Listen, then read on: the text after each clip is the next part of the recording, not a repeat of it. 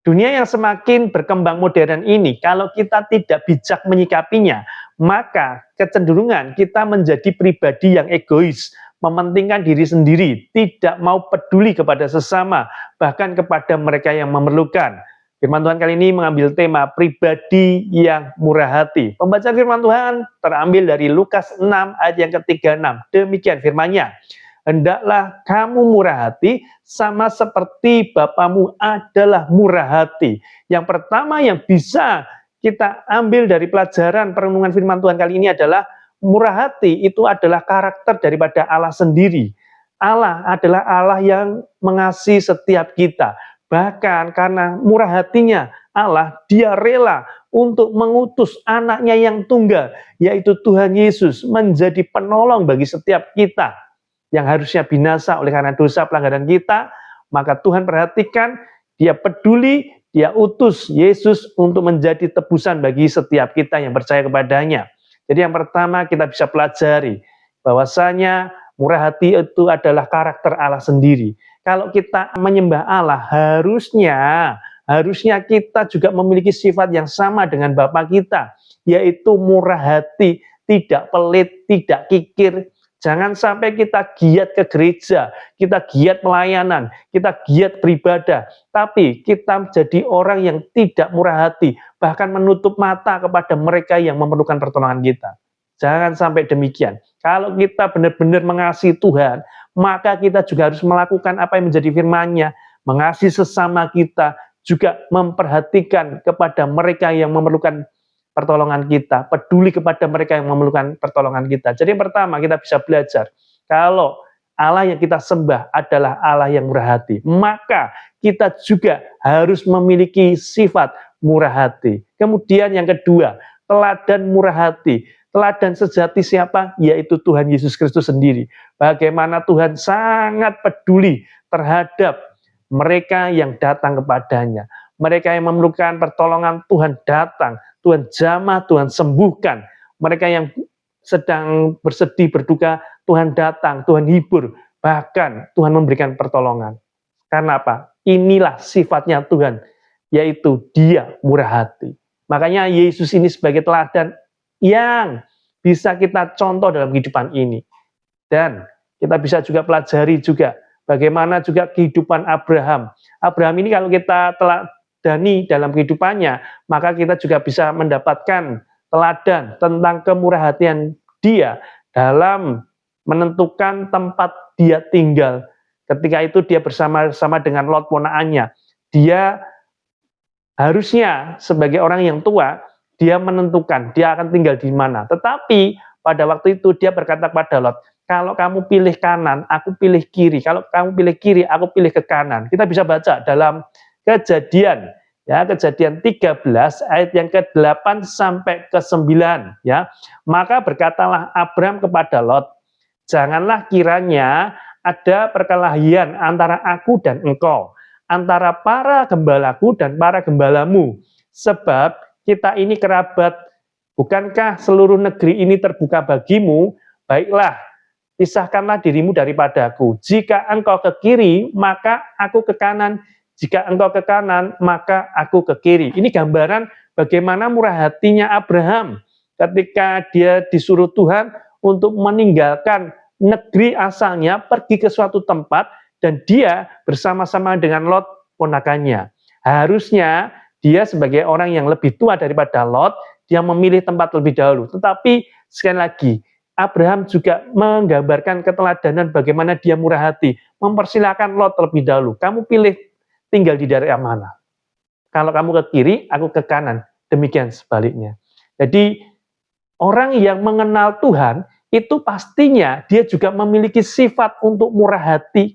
Demikian pula yang ditunjukkan Abraham. Bagaimana dia benar-benar mengasihi Tuhan, dia tunjukkan sikapnya juga menjadi pribadi yang murah hati. Jadi yang kedua ini yang bisa kita pelajari adalah teladan-teladan dalam firman Tuhan dalam Alkitab, yaitu orang-orang yang murah hati. Ya. Kemudian yang ketiga yang bisa kita pelajari tentang murah hati ini apa? Ada berkat bagi pribadi yang murah hati. Jadi ada berkat bagi mereka yang dalam kehidupannya memiliki sifat karakter murah hati. Kita bisa baca dalam Amsal 28 ayat yang ke-27 ya. Amsal 28 ayat yang ke-27. Siapa memberi kepada orang miskin tidak akan berkekurangan, tetapi orang yang menutup matanya akan sangat kena kutuk. Jadi ada berkat bagi mereka yang peduli kepada sesama, bahkan kepada mereka yang memerlukan. Ketika kita murah hati, itu ibarat kita sedang menabur benih. Kita tidak tahu benih tersebut akan tumbuh kapan, akan menghasilkan buah kapan. Tetapi percayalah, ketika kita sedang menabur benih tersebut, nanti pasti akan berbuah. Entah itu kita yang menikmati, ataupun anak, ataupun cucu kita. Artinya orang yang murah hati, itu akan ada berkat yang dia terima. Jadi tidak sia-sia ketika kita bermurah hati. Segala sesuatu yang kita perbuat untuk orang lain, Tuhan pasti catat, dan itu Tuhan tidak akan berhutang kepada kita. Tuhan akan balaskan setiap perbuatan kita, ya, menurut apa yang kita lakukan kepada orang lain, termasuk tentang murah hati ini. Jadi jangan khawatir ketika kita harus memberi kepada orang lain, kita berpikiran kita akan berkekurangan.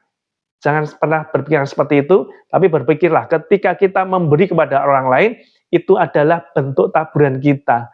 Kita tidak usah memikirkan kapan kita akan menuai kembali, tapi benar-benar dari keikhlasan hati kita, kita menolong sesama kita membantu sesama kita, bahkan kepada mereka yang memerlukan. Jadi yang ketiga, kita belajar bersama-sama bahwasanya ada berkat bagi mereka yang memiliki sifat murah hati. Kemudian yang terakhir, yaitu cara hidup dalam murah hati seperti apa. Ya, kita bisa belajar memberi dengan sukacita. 2 Korintus 9 ayat yang ke-7, demikian firman Tuhan. Hendaklah masing-masing memberikan, ya, menurut kerelaan hatinya, jangan dengan sedih hati atau karena paksaan, sebab Allah mengasihi orang yang memberi dengan sukacita. Jadi bagaimana kita bisa menjadi orang yang murah hati? Yang pertama caranya adalah belajar memberi dengan sukacita.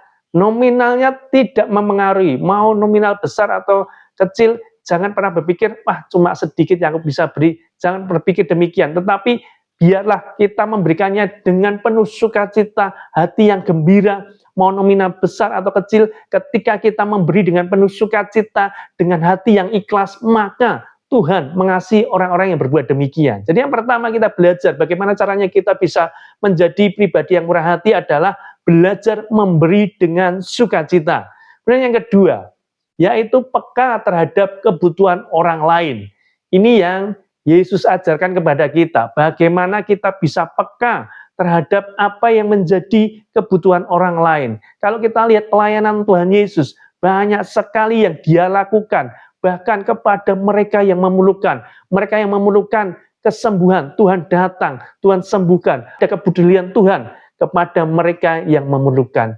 Dan yang terakhir adalah mengampuni dengan tulus. Orang yang murah hati tentunya bisa mengampuni dengan tulus. Sebab apa? Orang yang murah hati tidak menyimpan kepahitan, sakit hati, dendam kepada orang lain. Sebab dia memberikan pengampunan tersebut. Itulah yang menjadi cara bagaimana kita bisa menjadi orang yang murah hati. Doa saya, saudara menjadi pribadi yang murah hati, yang senantiasa dipakai Tuhan, luar biasa dalam kehidupan ini, sehingga lewat kehidupan kita, nama Tuhan semakin dipermuliakan. Tuhan Yesus memberkati.